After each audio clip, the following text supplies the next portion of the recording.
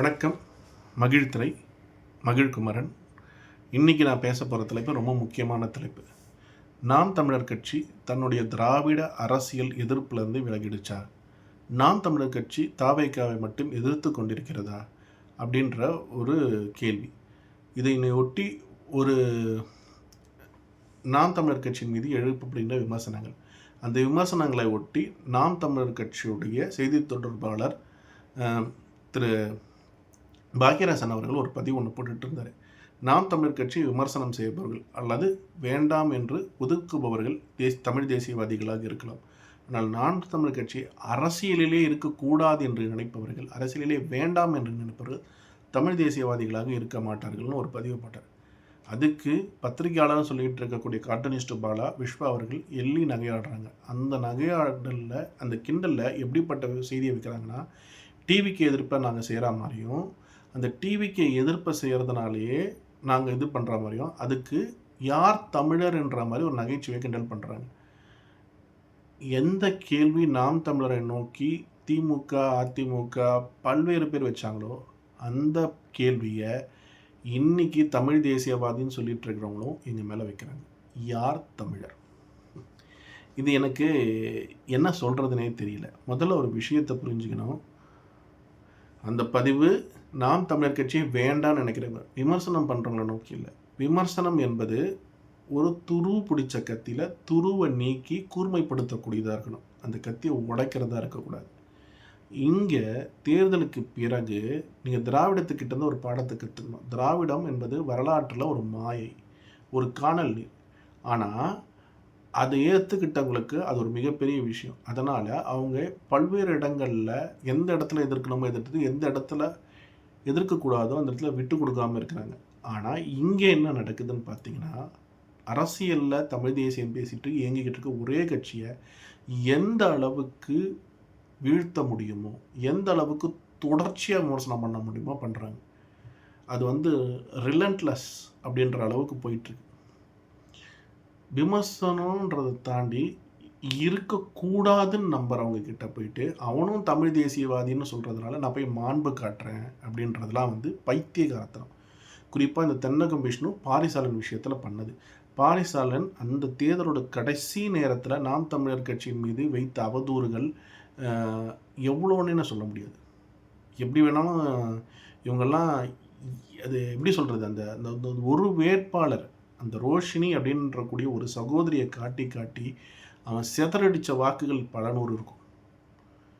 நாம் தமிழர் கட்சி தெளிவாக டிரான்ஸ்ஜெண்டரை நாங்கள் ஆதரிக்கிறோம், ஆனால் குவீர் அமைப்பையோ இல்லை எல்ஜிபிடியோ ஆதரிக்கலை. அது என் கட்சி நிலைப்பாடு இல்லை.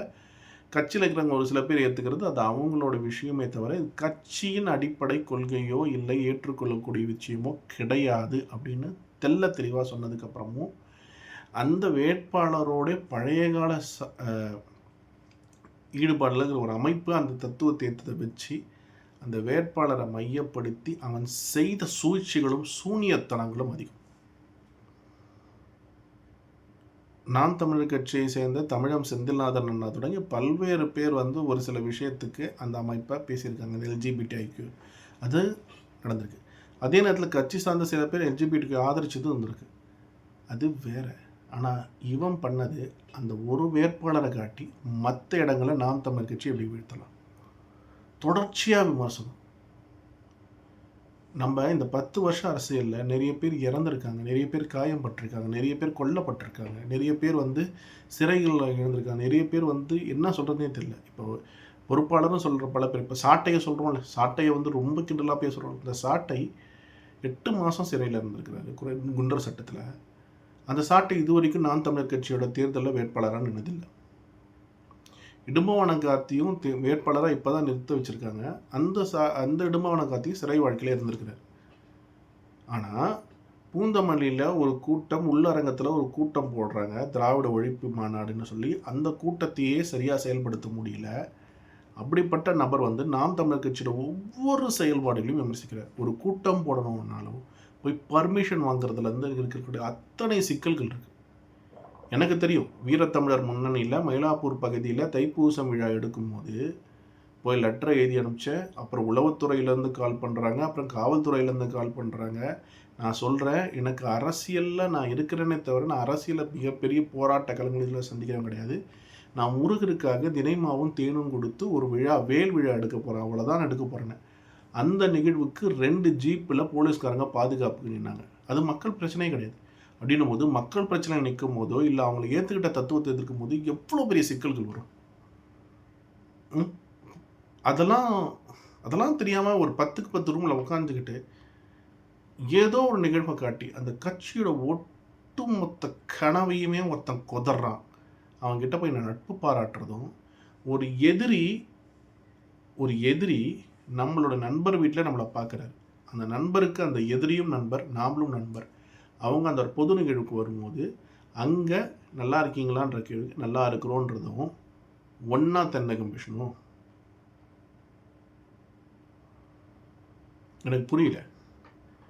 நாம் தமிழர் கட்சியுடைய ஒருங்கிணைப்பாளர் சீமானன் அவர்களுடைய அப்பா இறந்ததற்கு ஸ்டாலின் அவர்கள் ஃபோன் பண்ணி நல்லா விசாரிக்கிறார். ஸ்டாலின் அவர்களோட அண்ணன் இறந்ததுக்கு இவர் போய் விசாரிக்கிறார். அவ்வளோதான், தெரிஞ்சு போச்சு. அதெல்லாம் குற்றம் குறையாக சொல்லிட்டு இருக்கிற ஒருத்தங்கிட்ட கை குலுக்கி நட்பு பாராட்டி நீ மாண்பு காட்டுற, அதுவும் இதுவும் ஒன்றா? இது எனக்கு என்னென்ன புரியலையே. இவ்வளோ அந்த பாரிசாலன் இது பண்ணதுக்கும் பாரிசாலன் போயிட்டு சீமானன்னு கூப்பிட்றாங்க. சீமானன் அவரோட திருமணத்தில் கலந்துக்கிட்டார்ல. ஏன் இதே பாரிசாலன் A2Dன்னு ஒரு யூடியூப் சேனலில் ரொம்ப விமர்சனம் தான். இதே A2D சேனலுக்கு இவன் போய் கலந்துக்கிறாள். அது கேட்டால் நீ அதை எடுத்துகிட்டு வந்து பேசுகிற. அவன் என்ன பண்ணிக்கிட்டு இருக்கிறான்? அவன் அந்த கட்சி உன்னுடைய உழைப்பை அவன் கொச்சப்படுத்துகிறான். நீ கட்சிக்காக பண்ண பிரச்சாரத்தை, நீ கட்சிக்காக செய்த செயல்பாடை அந்த கட்சி சரியில்லைன்ற மாதிரி அவன் போர்ட்ரே பண்ணிகிட்டு இருக்கான்.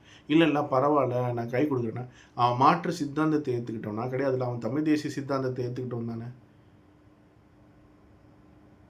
நம்ம என்ன நினைப்போம்? சர்ரா அவங்க கொஞ்சம் சரியில்லை, ஏதோ தப்பு பண்ணுறாங்க, ஆனால் இப்போதைக்கு அவங்க தான் இருக்கிறாங்க, வளரட்டும், அப்புறம் பார்த்துப்போம், முதல்ல அதிகாரத்தை குறைஞ்சபட்சமாக அது போகட்டும், அப்படி தான் நான் பார்ப்போம். அவன் அதிகாரத்துக்கே வரக்கூடாதுன்னு நினைக்கிறான்.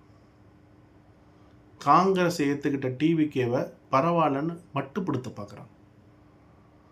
தெரிஞ்சுக்கிட்டு நீ போய் ஒரு சேனலாக உட்காந்து பேட்டி கொடுத்துட்ருக்க. என்ன புரிதல் இருக்கிற? நீலாம் சீமானன்கிட்ட பேசியிருக்க, கட்சியோட பொறுப்பாளர்கள்கிட்ட போய் நான் யார்கிட்டையும் பேசினதில்லை, நான் யார்கிட்டையும் பழகினதில்லை. சீமானன்கிட்டையும் ஏதோ ஒரு வாய்ப்பில் எப்போயோ போய் சந்திக்கும் போது ஒரு ஃபோட்டோ எடுத்தேன், அவ்வளோதான்.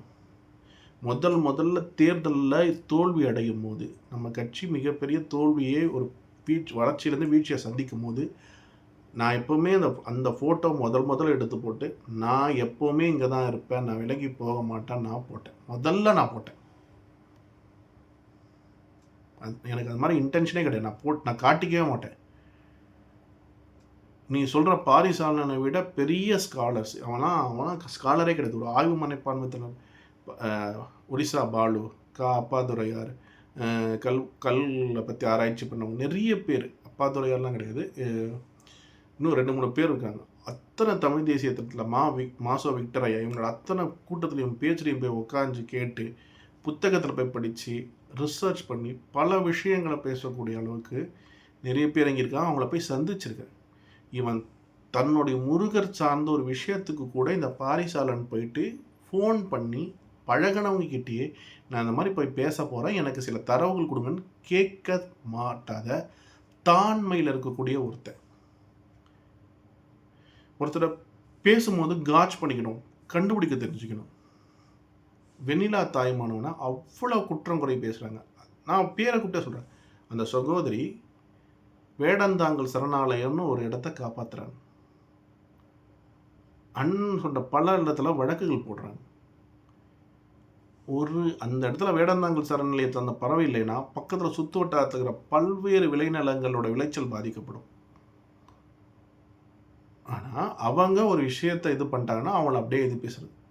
விமர்சனன்றது யார் மேலே இருக்கலாம். அந்த விமர்சனத்தை தாண்டி அவங்க ஒரு பெண்ணுன்னு தெரிஞ்சு அவங்க பேசணும். அவங்கள கொச்சையாக பேசுகிறவங்களாம் இந்த பாரிசாலன் இயக்கத்தினர் இருக்கிறாங்க. நம்ம 10 மடங்கு திட்டும் போது நம்ம கோவத்தில் ஒரு வார்த்தையை திருப்பி வந்துட்டு அந்த ஒரு வார்த்தையை எடுத்துட்டு நாம் தமிழர் கட்சி இப்படின்னு போர்ட்ரே பண்ணுறது இன்றைக்கி டிஎம்கேவோ ஏடிஎம்கேவோ காங்கிரஸோ பிஜேபியோ இல்லை, இவனுக்கு தான் பண்ணுறானுங்க. அதை பாரிசாலன் பண்ணால் பரவாயில்ல. கார்ட்டூனிஸ்ட் பாலா ஏகலை ஐயாலாம் பண்ணுறாரு. நாங்கள் அவங்கள போய் திட்டிட்டோம், அவங்கள போய் விமர்சனம் பண்ணிட்டோம். ஐயா, நீங்கள் விமர்சிக்கிற விமர்சனத்தை நாங்கள் எப்படி எடுத்துக்கிறோமோ, எங்கள் பார்வையிலேருந்து சில கசப்புகளை சொல்கிறோமே தவிர, அதை வச்சுக்கிட்டு ஒரு தலைப்பாக்கிறது இப்போ ரொம்ப முக்கியமான. இப்போ தமிழ்நாட்டில் எவ்வளோ பிரச்சனை ஓடிக்கிட்டு இருக்குது தெரியுமா? போட்டிருக்க பட்ஜெட்டில் தொடங்கி எவ்வளோ நமக்கு எதிரான திட்டங்கள் போயிட்டுருக்குன்னு தெரியுமா? காவேரி பிரச்சனையை சம்மந்தமாக ஒரு விஷயம் போராடிட்டு இருக்கோம், கூட்டம் போட போகிறாங்க. இவர் இது பண்ண போகிறாரு, அவரோட கூட்டத்தில் மற்ற கட்சிக்காரங்களாம் இணைஞ்சு நடத்த போகிறாங்க. கிருஷ்ணசாமி அவர்கள் நடத்தக்கூட மற்ற கட்சிக்காரங்க நடத்த போகிறாங்க. கிருஷ்ணசாமி கட்சியை சார்ந்தவர்கள் எப்படி நாம் தமிழர் கட்சி சீமான திட்டி பேசினாங்கன்னு எனக்கு தெரியும். நான் கண்கூட பார்த்துருக்கேன், நான் கண்கூட கேட்டிருக்கேன், நான் கண்கூட இறங்கியிருக்கிறேன். ஆனால் இப்போது அது நான் பொதுத்தன்மைன்னு அவர் அங்கே போய் கலந்துக்கிறார்.